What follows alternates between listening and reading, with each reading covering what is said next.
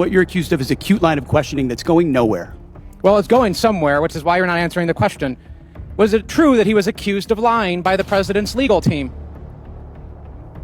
I'm not familiar to... You'd have to give me the context. Well, it's right here. You want to look and at the statement from President anybody Trump's can blow legal up team? a quote and claim it says something, and that's what you're doing in a little stunt. Secretary Hegseth. This is not a misunderstanding. This is not a routine hearing. This is the Secretary of Defense being cornered, on camera, over the man he quietly brought into his inner circle. Tim Parlatore was not just some random advisor. He was Pete Hegseth's private attorney. He was tied to Trump's campaign, and then Hegseth placed him close to the Pentagon's most sensitive power structure. No Senate confirmation, no normal political vetting, questions about clearance, questions about private clients, questions about foreign interests. And when Jason Crow starts asking for simple answers, Hegseth does what exposed men always do. He dodges, he attacks, he calls it a stunt. But this is not a stunt. This is the paper trail catching up to the powerful. And the next part is where the wall starts cracking. Well, I'll help you out. He did. And you appointed Mr. Parlatore as your senior advisor, correct? He does reserve duty on behalf of the Navy. His title is senior as an advisor. You gave him that title, correct? And I would count him as very much an advisor of mine. Yep, he travels with you, correct? Tim Parlatore has been a long-term friend. He's a great patriot. He travels with you. That's not what I asked. I reclaim my time. He travels with you, doesn't he? He travels with you, doesn't he? Correct? There's public Instagram that shows this. Just say yes. Yes, of course. Okay. He sits in meetings with you and advises you, doesn't he? He sits in some meetings on occasion. Yeah, well, he maintains a desk in an office in the Pentagon, does he not? I'd have to check. You don't know? It's a big Pentagon. You directly commissioned Mr. Parlatore in the Naval Reserve as a Navy commander in March 2025, did you not? I was very proud to do so. And when you did, because he's a Navy Reserve officer, he didn't have to go through the PPO process, the White House Presidential Personnel Office, right? He wasn't vetted by a White House PPO. Uniformed service members don't get vetted by The answer is yes. He didn't have to be vetted by a White House PPO. He didn't go through the Senate confirmation process either, did he? The answer is no. I don't know what you're getting to, but Tim is a fantastic I'll tell you what I'm getting to. The answer is no, work. right? He does great work. Okay. He didn't maintain a security clearance when you appointed him as special advisor. Is that right? I'd have to check. You don't know? I mean, anybody that has access to sensitive material is going to have the appropriate clearance. Okay, so when you appointed him as special advisor, he had a security clearance?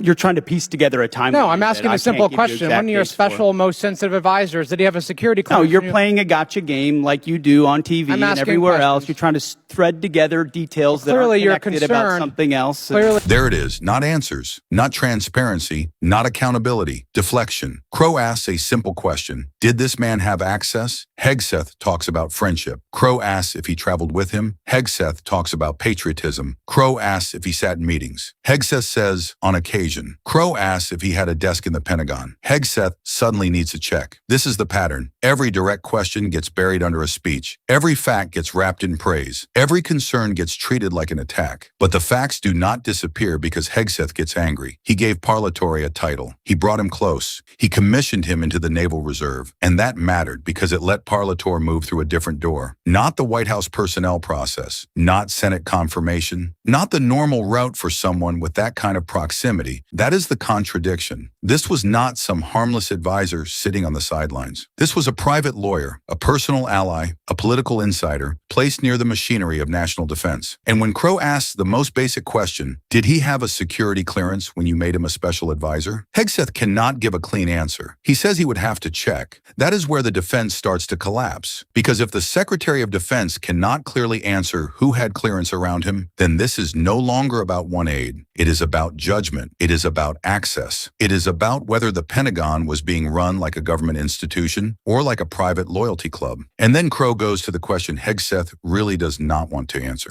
Clearly you're concerned about my line of questioning, aren't you, Mr. Secretary? Because you know where it's going, don't you? I think you do. So does Mr. Parlatore represent foreign governments? He has a private law practice, does he not? From what I understand of his law practice, he does a lot of great work for service members in the military and other. He maintains a private law practice. Does he represent foreign governments or foreign persons in that private law practice? I don't know. You don't know. Somebody who's sitting in your meetings, a special advisor, you don't know. Does he represent any senior officers who are currently under consideration for promotion by you or your office? The only person that makes determinations about senior officers is me. Answer the question. Does he represent senior officers who are under consideration for promotion by you? No, I'm the one that makes decisions about choosing. Does he represent them, Mr. Secretary? Does he represent them? He doesn't represent anyone. He's a legal advisor and always has been. But he has clients, does he not? He's a legal advisor to me on reserve duty, and he always has been, and he does a fantastic job. Is it true that Mr. Parlatore was removed? I reclaim my time. Is it true that Mr. Parlatore was removed from an investigation by the White House last year? I don't know what you're referring to, but not that I'm aware of. You're not aware of it. Was it true that you were also removed from that same investigation? The answer is yes. No, not that I'm aware of. You're not aware of it. That's interesting. Well, is it true that Mr. Parlatore disparaged President Trump? I don't know what you're referring to, but no. Is it true that Mr. Parlatore was accused by President Trump and his lawyers of lying?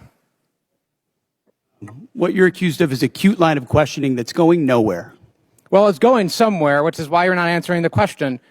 Was it true that he was accused of lying by the president's legal team?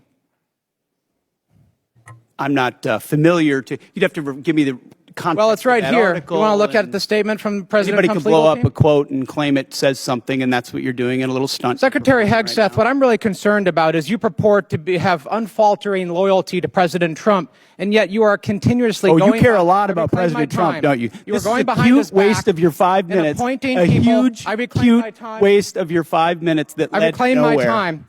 You are not repeatedly pass go, going do not behind the collect president's Gentleman Gentleman back. from Colorado's time. Go ahead, Mr. Carl. You are repeatedly going behind President Trump's back, appointing people who he is accused of lying, who the White House is Gentleman's accused of time's lying. expired.